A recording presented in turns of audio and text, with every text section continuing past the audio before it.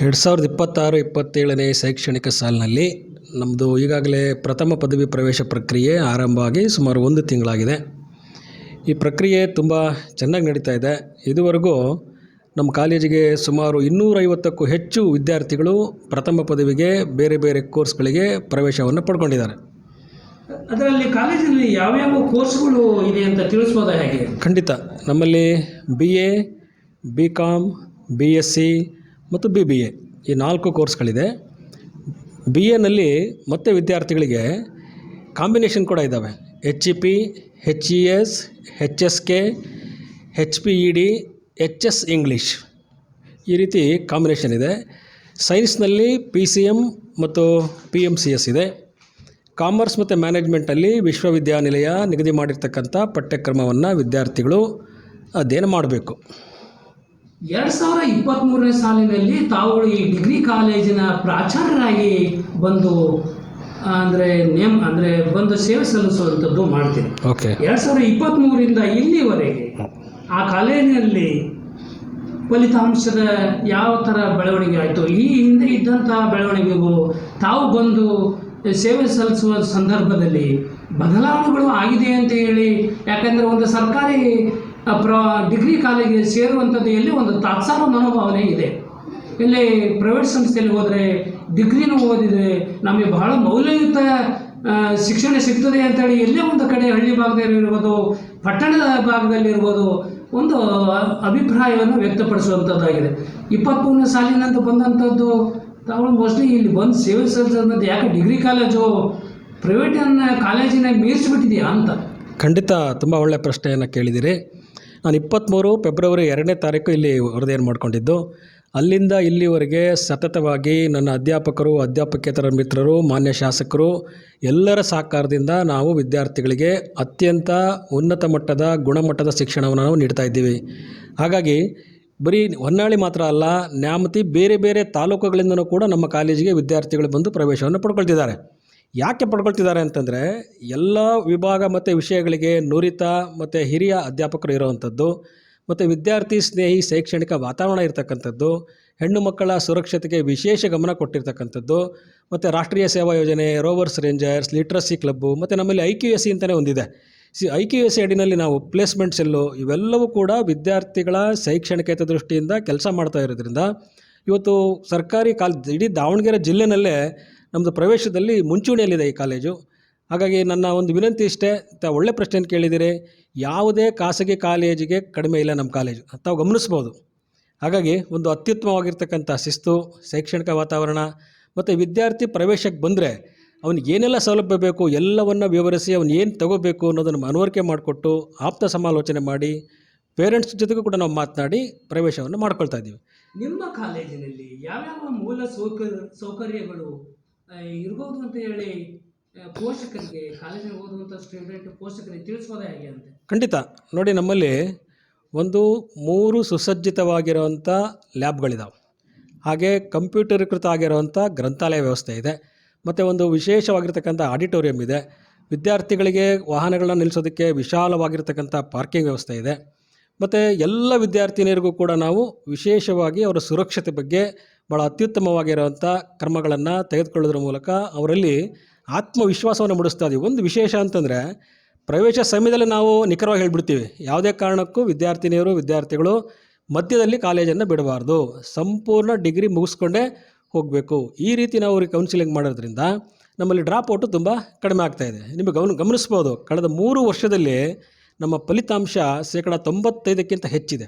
ಪ್ರತಿ ವಿಷಯದಲ್ಲಿ, ಕೆಲವು ವಿಷಯದಲ್ಲಿ 100ಕ್ಕೆ 100 ಇದೆ. ಕಳೆದ ಸಾರಿ ನಮ್ಮಲ್ಲಿ ಗಗನ ಅಂತೇಳಿ ವಿಶ್ವವಿದ್ಯಾನಿಲಯಕ್ಕೆ ಸೈನ್ಸ್ನಲ್ಲಿ 3rd ರ್ಯಾಂಕ್ ಬಂದಳು. ಈ ಸಾರಿ ಆರ್ಟ್ಸ್ನಲ್ಲಿ ಪ್ರಿಯಾಂಕಾ DR ಅಂತೇಳಿ 1st ರ್ಯಾಂಕ್ ಕಲಾ ವಿಭಾಗದಲ್ಲಿ. ಸೊ ಹೀಗಾಗಿ ಮತ್ತು ಕೆಲವು ಸಣ್ಣ ಒಂದು 2-3 ಅಂಕಗಳಲ್ಲಿ ಕೆಲವು ರ್ಯಾಂಕ್ಗಳು ಮಿಸ್ ಆಗಿದೆ. ಹಾಗಾಗಿ ಒಂದು ಗುಣಮಟ್ಟದ ಶಿಕ್ಷಣವನ್ನು ಕೊಡ್ತಾ ಇರೋದ್ರಿಂದ ಇವತ್ತು ಪ್ರವೇಶಕ್ಕೆ ನುಗ್ಗಲಿದೆ. ಯಾವ ಸರ್ಕಾರಿ ಕಾಲೇಜಿನಲ್ಲೂ ಕೂಡ ಈ ರೀತಿ ಇಲ್ಲ, ನಾನು ಗಮನಿಸಿರೋ ಹಾಗೆ. ಹಾಗಾಗಿ ನಾನು ಈ ಭಾಗದ ಪೋಷಕರು, ವಿದ್ಯಾರ್ಥಿಗಳಲ್ಲಿ ಮತ್ತೆ ಮನವಿ ಮಾಡ್ಕೊಳ್ತೀನಿ, ದಯಮಾಡಿ ಎಲ್ಲ ಮೂಲ ಸೌಕರ್ಯ ಇರೋವಂಥ ವಿದ್ಯಾರ್ಥಿಗಳಿಗೆ ತುಂಬ ಹತ್ತಿರದಲ್ಲಿರೋವಂಥ ಈ ಕಾಲೇಜಿನಲ್ಲಿ ಪ್ರವೇಶ ಪಡ್ಕೊಂಡು ನೀವು ಪದವಿಯನ್ನು ಪಡ್ಕೊಳ್ಳಿ. ಸುಮ್ಮನೆ ಬೇರೆ ಬೇರೆ ದೂರ ಹೋಗಿ ಆನಂತರ ಬಂದು ಇಲ್ಲಿ ಪ್ರವೇಶ ಪಡ್ಕೊಳ್ಳೋದು ಅಷ್ಟು ಒಳ್ಳೆಯ ಬೆಳವಣಿಗೆ ಅಲ್ಲ. ದಯಮಾಡಿ ನಿಮ್ಮ ಊರಿನಲ್ಲೇ ಇರೋವಂಥ ಅತ್ಯುತ್ತಮವಾಗಿರುವಂಥ ಒಂದು ಪದವಿ ಕಾಲೇಜಿದು. ನೀವು ನೋಡ್ಬೋದು, ಮುಖ್ಯ ರಸ್ತೆಯಲ್ಲಿದೆ, ಹಾರ್ಟ್ ಆಫ್ ದ ಸಿಟಿ ಇದೆ, ಎಲ್ಲ ಭಾಗಗಳಿಂದ ಬಸ್ಸಿನ ಸೌಕರ್ಯ ಇದೆ. ಸೊ ಹೀಗಾಗಿ ವಿದ್ಯಾರ್ಥಿಗಳು ಬಂದು ಹೋಗೋದಕ್ಕೆ ಎಲ್ಲ ಸುರಕ್ಷತೆ ಕ್ರಮವನ್ನು ನಾವು ತೆಗೆದುಕೊಂಡಿದ್ದೀವಿ. ವಿಶೇಷವಾಗಿ ಹೆಣ್ಣು ಮಕ್ಕಳಿಗೂ ಕೂಡ ನಾವು ಸುರಕ್ಷತೆಯನ್ನು ತೆಗೆದುಕೊಂಡಿದ್ದೀವಿ. ಮತ್ತು ದೂರದ ಶಿವಮೊಗ್ಗ, ದಾವಣಗೆರೆ ಹೋಗೋದಕ್ಕಿಂತ ನಮ್ಮ ಕಾಲೇಜಿನಲ್ಲಿ ತಾವು ಅಧ್ಯಯನ ಮಾಡಿ ಅಂತೇಳಿ ನಾನು ಹೇಳಲಿಕ್ಕೆ ಇಚ್ಛೆಪಡ್ತೇನೆ. ನಿಮ್ಮ ಡಿಗ್ರಿ ಕಾಲೇಜಿನಲ್ಲಿ ಓದುವಂಥ ವಿದ್ಯಾರ್ಥಿಗಳಿಗೆ ಗ್ರಂಥಾಲಯದ ವ್ಯವಸ್ಥೆ, ಮೂಲ ಸೌಕರ್ಯಗಳು, ಅದು ಎಸ್ಪೆಷಲಿ ಓದುವಂಥ ವಿದ್ಯಾರ್ಥಿಗಳಿಗೆ ಗ್ರಂಥಾಲಯನೇ ಕೂಡ ಇಂಪಾರ್ಟೆಂಟ್ ಆಗುತ್ತೆ ಅಂತ ಡೆಫಿನೆಟ್ಲಿ.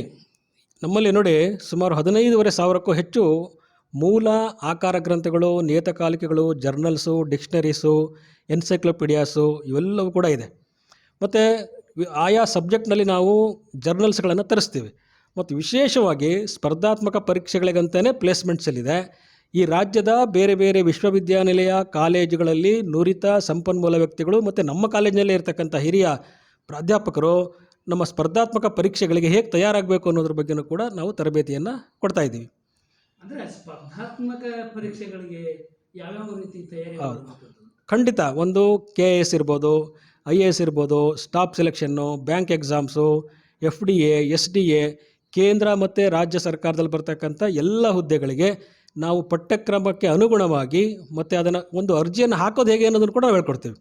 ಪಠ್ಯೇತರ ಚಟುವಟಿಕೆ ಯಾವ ರೀತಿ ಇದೆ ಅಂತ ಹೇಳಿ ಸರ್. ಖಂಡಿತ, ತುಂಬ ಒಳ್ಳೆಯ ಪ್ರಶ್ನೆ. ಬರೀ ಪಠ್ಯಕ್ರಮಕ್ಕಷ್ಟೇ ನಮ್ಮ ವಿದ್ಯಾರ್ಥಿಗಳು ಮೀಸಲಿಲ್ಲ. ವಿಶೇಷವಾಗಿ ರಾಷ್ಟ್ರೀಯ ಸೇವಾ ಯೋಜನೆ, ಮತ್ತು ರೋವರ್ಸ್ ರೇಂಜರ್ಸ್ ಇದೆ, ಮತ್ತು ಯೂತ್ ರೆಡ್ ಕ್ರಾಸ್ ಇದೆ, ಆಮೇಲೆ ಲಿಟ್ರಸಿ ಕ್ಲಬ್ ಇದೆ, ಮತ್ತು ಇನ್ನೂ ಅನೇಕ ಘಟಕಗಳು ನಮ್ಮಲ್ಲಿ, ಮತ್ತು ವಿಷಯವಾರು ವೇದಿಕೆಗಳಿದ್ದಾವೆ. ಇವೆಲ್ಲವೂ ಕೂಡ ವಿದ್ಯಾರ್ಥಿಗಳ ವ್ಯಕ್ತಿತ್ವ ಬೆಳವಣಿಗೆಗೆ ಬೇಕಾಗಿರ್ತಕ್ಕಂಥ ಪೂರಕ ಶೈಕ್ಷಣಿಕ ವಾತಾವರಣವನ್ನು ನಾವು ಸೃಷ್ಟಿ ಮಾಡಿಕೊಟ್ಟಿದ್ದೀವಿ. ಕೆಲವೊಂದು ಹಳ್ಳಿ ಭಾಗದಲ್ಲಿ ತಾವುಗಳು NSS ಸೇವೆಯನ್ನ ವಿದ್ಯಾರ್ಥಿಗಳನ್ನ ಕರೆದುಕೊಂಡು ಹೋಗಿ ಸ್ವಚ್ಛತೆ ಒಂದೇ ಅಲ್ಲದೆ ಸಂಸ್ಕಾರ ಕಲಿಸುವಂಥದ್ದು ಮಾಡಿದ್ದೀವಿ. ಈ ಹಾಲಿ ಶಾಸಕರಾದ DG ಶಾಂತಗೌಡರು ಅವರು ಆ ಕಾರ್ಯಕ್ರಮ ಬಂದು ಎಲ್ಲೇ ಒಂದು ಕಡೆ ಆನಂದ ಭಾಷ್ಪವನ್ನ ಬರುವಂಥದ್ದನ್ನು ತಾವುಗಳು ನೋಡಿದ್ರಿ ಅಂತ ಹೇಳಿ ವಿದ್ಯಾರ್ಥಿಗಳು ಒಂದು ಹೇಳುವಂಥ ಸ್ಥಿತಿ ಉದ್ಭವ ಆಗುತ್ತೆ. ಖಂಡಿತ. ನಮ್ಮ ರಾಷ್ಟ್ರೀಯ ಸೇವಾ ಯೋಜನೆ ಪ್ರತಿ ವರ್ಷ ಶೈಕ್ಷಣಿಕ ವರ್ಷದಲ್ಲಿ ಒಂದು ವಿಶೇಷ ವಾರ್ಷಿಕ ಶಿಬಿರವನ್ನು ಮಾಡುತ್ತೆ. ಕಳೆದ ಸಾರಿ ನಾವು ಇಲ್ಲಿ ದಿಡಗೂರಿನಲ್ಲಿ ಮಾಡಿದ್ವಿ, ಈ ಬಾರಿ ದೊಡ್ಡೇರಳ್ಳಿನಲ್ಲಿ ಮಾಡಿದ್ವಿ. ಇಡೀ ಊರಿನ ಜನ ನಮಗೆ ಸಹಕಾರ ಮಾಡಿದರು. ಒಂದು ವಾರ ಅದೊಂದು ಊರಿನ ಹಬ್ಬ ಆಯಿತು. ಮಾನ್ಯ ಶಾಸಕರು, ಬೇರೆ ಬೇರೆ ಜನಪ್ರತಿನಿಧಿಗಳು ಪ್ರತಿಯೊಬ್ಬರು ಕೂಡ ಬಂದು ಭಾಗವಹಿಸಿ ಮೆಚ್ಚುಗೆಯನ್ನು ವ್ಯಕ್ತಪಡಿಸಿದರು. ಇದರಿಂದ ಆ ಊರಿನಲ್ಲಿ ಬರೀ ಶ್ರಮದಾನ ಮಾತ್ರನೇ ಅಲ್ಲ, ಕೆಲವು ಸಾಮಾಜಿಕ ಪಿಡುಗುಗಳ ವಿರುದ್ಧ ನಾವು ಜಾಗೃತಿಯನ್ನು ಮೂಡಿಸಿರುವಂಥದ್ದು, ಮತ್ತು ಹೆಣ್ಣು ಮಕ್ಕಳಲ್ಲಿ ಆತ್ಮವಿಶ್ವಾಸವನ್ನು ಬೆಳೆಸಿರುವಂಥದ್ದು, ಶಾಲೆ ಬಿಟ್ಟ ಮಕ್ಕಳು ಕಾಲೇಜಿಗೆ ಸೇರಿ ಅಂತೇಳಿ ನಾವು ಜಾಗೃತಿ ಮೂಡಿಸಿರೋದು, ಪರಿಸರ ಇರ್ಬೋದು, ಸ್ವಚ್ಛತೆ ಇರ್ಬೋದು, ಪ್ರತಿಯೊಂದು ವಿಷಯದ ಬಗ್ಗೆ ನಾವು ಆ ಊರಲ್ಲಿ ಜಾಗೃತಿಯನ್ನು ಮೂಡಿಸಿದ್ದೀವಿ. ಇದಕ್ಕೆ ನಮ್ಮ ಮಾನ್ಯ ಶಾಸಕರು ಕೂಡ ನಮಗೆ ಮೆಚ್ಚುಗೆಯನ್ನು ವ್ಯಕ್ತಪಡಿಸಿದ್ದಾರೆ. ಮತ್ತು ನಮ್ಮ ಎಲ್ಲ ಕಾರ್ಯಕ್ರಮಗಳಿಗೆ ಅವರು ಪ್ರೋತ್ಸಾಹ ಮಾಡ್ತಾಯಿದ್ದಾರೆ. ಮತ್ತು ನಮಗೆ ನಿಜಕ್ಕೂ ಕೂಡ ನಾವು ಯಾವುದೇ ಸಣ್ಣ ದೊಡ್ಡ ಸಮಸ್ಯೆ ತೆಗೆದುಕೊಂಡು ಹೋದರೂ ಕೂಡ ತಕ್ಷಣದಲ್ಲಿ ಸ್ಪಂದಿಸುವಂಥ ಮತ್ತು ವಿದ್ಯಾರ್ಥಿ ಸ್ನೇಹಿ ಆಗಿರ್ತಕ್ಕಂಥ ನಮ್ಮ ಕಾಲೇಜು ಅಭಿವೃದ್ಧಿ ಸಮಿತಿ ಅಧ್ಯಕ್ಷರು ನಮಗೆ ಬೇಕಾಗಿರುವಂಥ ಎಲ್ಲ ಸೌಲಭ್ಯಗಳನ್ನು ಮಾಡಿಕೊಟ್ಟಿದ್ದಾರೆ. ಇನ್ನೂ ಕೆಲವು ನಾನು ಡಿಮಾಂಡ್ಗಳನ್ನು ಇಟ್ಟಿದ್ದೀನಿ, ಹಂತ ಹಂತವಾಗಿ ನಾನು ಮಾಡಿಕೊಡ್ತೀನಿ ಅಂತ ಹೇಳಿದ್ದಾರೆ. ಹಾಗಾಗಿ ನಾನು ನಿಮ್ಮ ಮೂಲಕ ಅವರಿಗೂ ಕೂಡ ನಾನು ವಿಶೇಷವಾಗಿರ್ತಕ್ಕಂಥ ಧನ್ಯವಾದಗಳನ್ನು ಹೇಳಲಿಕ್ಕೆ ಇಚ್ಛಪಡ್ತೇನೆ. ಕೊನೆಯದಾಗಿ ಪೋಷಕರಿಗೆ ಸರ್ಕಾರಿ ಡಿಗ್ರಿ ಕಾಲೇಜಿಗೆ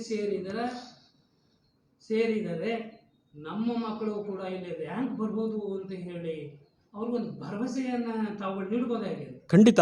ನನ್ನ ಒಂದು ವಿನಂತಿ ಇಷ್ಟೇ, ದಯಮಾಡಿ ಪೋಷಕರು ನಿಮ್ಮ ಮಕ್ಕಳನ್ನು ಸರ್ಕಾರಿ ಕಾಲೇಜಿಗೆ ಸೇರಿಸಿ.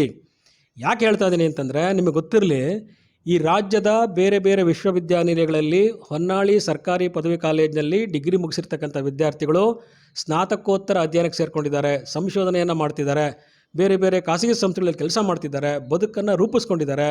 ಹಾಗಾಗಿ ದಯಮಾಡಿ ಪೋಷಕರು ಆತ್ಮವಿಶ್ವಾಸದಿಂದ ನಮ್ಮ ಮೇಲೆ ಭರವಸೆ ಇಡಿ, ನಾವು ನಮ್ಮ ಜವಾಬ್ದಾರಿಯನ್ನು ಸರಿಯಾಗಿ ನಿರ್ವಹಿಸ್ತೀವಿ, ನಿಮ್ಮ ಮಕ್ಕಳ ಭವಿಷ್ಯ ಮತ್ತು ಬದುಕನ್ನು ರೂಪಿಸ್ತೀವಿ. Thank you. ನಮಸ್ತೆ.